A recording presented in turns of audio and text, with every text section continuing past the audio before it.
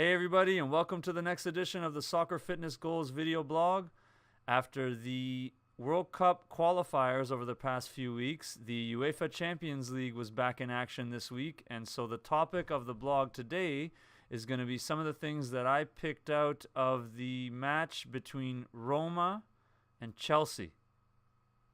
So this was an exciting match that had a little bit of everything. It finished 3-3, so it had lots of goals. Some brilliant individual efforts, including two of the three goals from Roma that were just outstanding, one by Kolarov and the other by Dzeko. Some interesting strategy and tactics by both teams.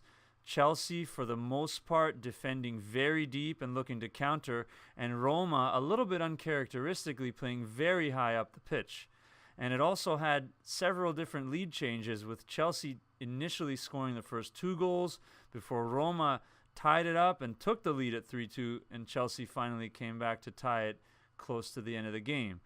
But what I'm going to talk about today is specifically the strategy and tactics by Roma, and while they were very effective, how one crucial mistake they made cost them the 3 points in this game.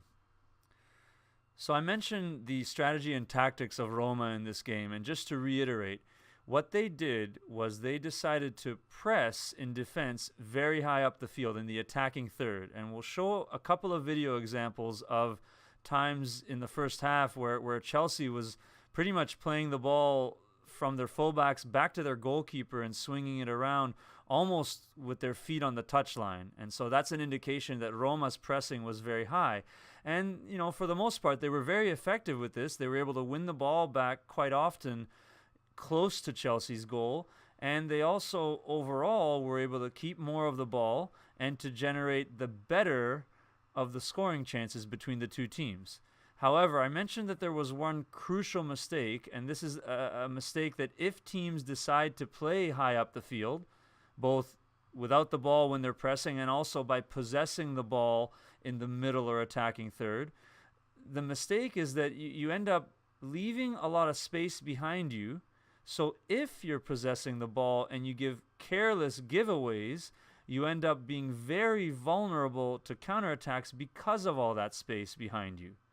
And so we'll show another few examples, including the examples that led to Chelsea's first goal and Chelsea's second goal, as well as a couple of other good scoring opportunities by Chelsea that came from counterattacks. And interestingly enough, these goals that Chelsea scored, as well as the other scoring opportunities that they got, didn't come from anything really great that Chelsea did, including any really good defending.